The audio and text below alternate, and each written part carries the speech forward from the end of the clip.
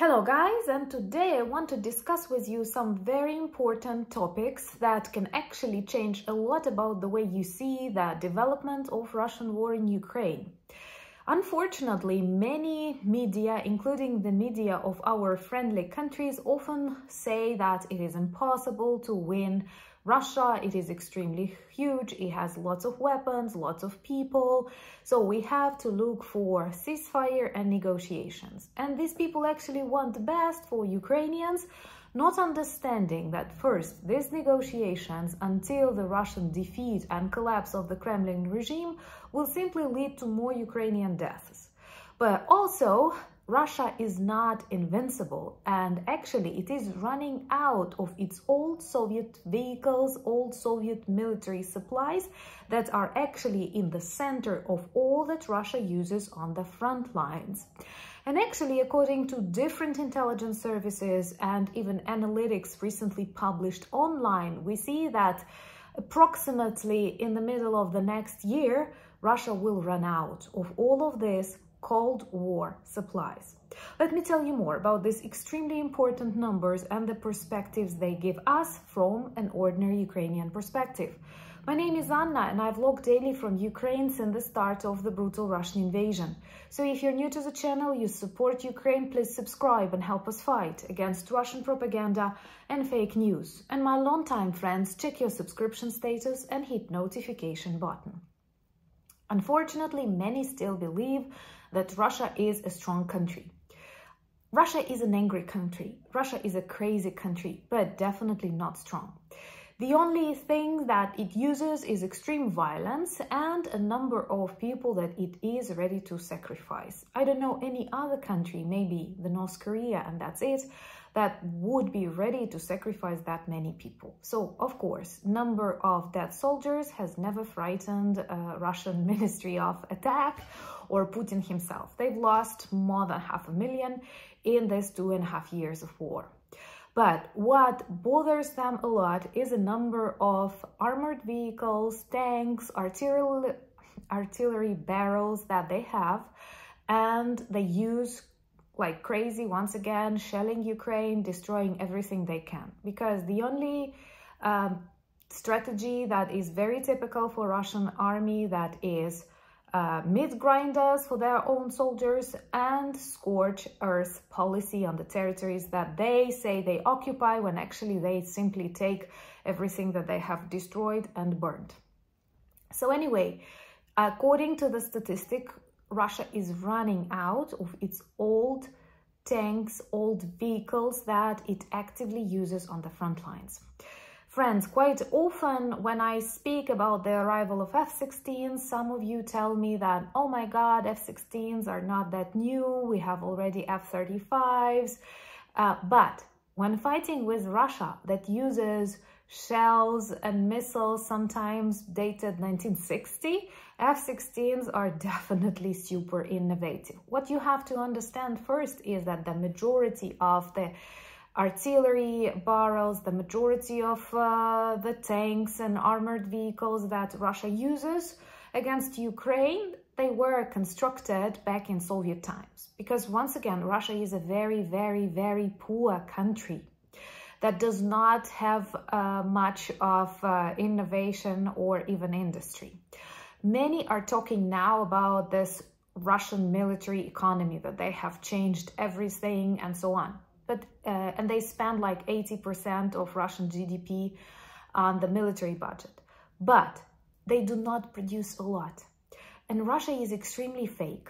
And that's why it's so important for us, people who were once close to the Soviet Union and Moscow, perhaps to debunk and translate the things that they imitate, and some normal people, normal journalists in normal countries believe, because they are not used to this level of lies.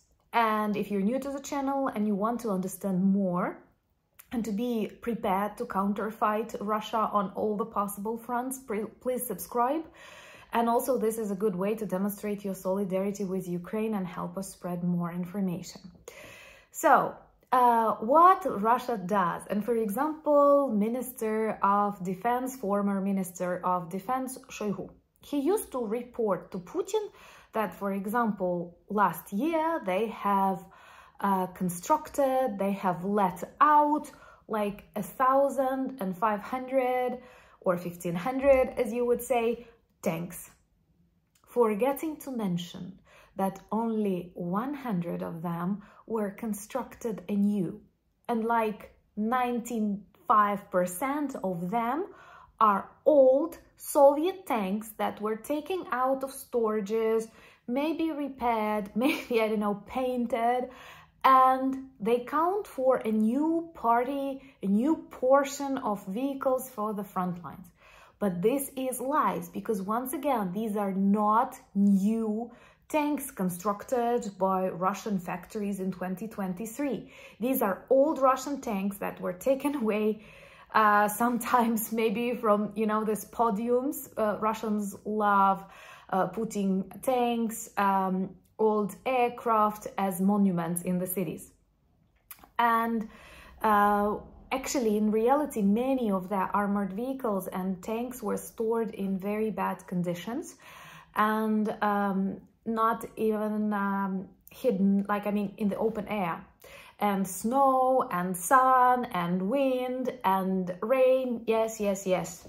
So you can imagine that lots of Russian tanks that are listed as active armored vehicles that can be supplied to the front lines in reality are just skeletons. And they are running out of, and actually tanks and armored vehicles are the greatest problem for the Russian army. And North Korea will not supply them with that. I'm not sure China will openly give them like tanks and so on. So they will be in trouble with this. And actually, once again, many observers say that it's not about Ukraine being able to continue the war, but it may be that if we continue standing in a year, Russia will not have the resources to continue it. And this is beautiful. The same is about artillery barrels. They don't have problems at the moment because North Korea supplied them like 3 million in a day or two. That is what works good with authoritarian regimes. They do not discuss, they don't have any bureaucratic procedures, they don't have Hungary opposing, they simply give it all. But once again, these shells are not good because they are produced by people who know nothing about the modern world, who don't even eat enough. And I'm not sure, like, there are lots of proof, and it's even evil Russian vloggers, they often report that like every second or every third supply from North Korea does not work and then can actually cause more problem to the country of Russia. And you know, they love bombing themselves. By the way, a drone exploded in Belarus, Russian drone. What was it doing in Belarus? Got lost. It was windy these days, you know. But anyway, these are good news. And I ask you to please share it with those who believe that Russia is super strong, that Russia is so invincible. No, they are using old Soviet crap. And it does not work well. They think that they had millions of that and they were actively using it, but they are running out of it because, first of all, lots of things destroyed. Russia has lost more than 3,000 tanks, according to Dutch intelligence, not just like my Ukrainian optimism. There are satellite images, there are things that can help us count. And this is a huge number, and they cannot resupply it. Okay, they will use some old tanks, but they are old tanks. They cannot produce more than 90, 100 in Russia, in this largest country in the world. So if we have enough strength to defend ourselves, destroy evil Russian targets, and simply watch, we will see Russia collapse. And this is good for the survival of the world, because Russia is one of the greatest troubles on this planet right now. And especially today, I want to commemorate the victims of MH17. And I cannot say catastrophe because this is another Russian war crime. And everybody knows that it was Russian Kursk division or brigade that with a Russian missile shot down an aircraft and killed 298 people. Australia, the Netherlands, all agree that this is Russia's fault. What was Russia doing? Why was it shooting in the airs, in the skies, killing innocent people? And actually, this tragedy ranks second after the 9/11 in the number of victims. Totally innocent people from different countries. And I know many people are watching from the countries that were particularly influenced by that. Maybe someone has lost a relative or a friend, and I feel for you, because I know how mean Russia is. And if we lived in a stronger and a more just world, some serious actions would have been taken. And once again, just think about that. When Ukraine was not invaded by Russia, it was safe in Europe. It was safer in the world. It's not Ukraine. I so much want to take this shift, to take this focus of we will help Ukraine, what is happening in Ukraine. Forget about Ukraine. Think about Russia. We have to defeat Russia. We have to punish Russia. We have to work with Russia for decades to de-zombify it, to democratize, okay, I don't know how to say it, but you know what I mean, to make it a little tiny bit more democratic. But oh my God, people, it's not about Ukraine. It's not about the EU or the United States. It's about stopping Russia, because unpunished evil grows. And they shut down MH17. And what? Nothing.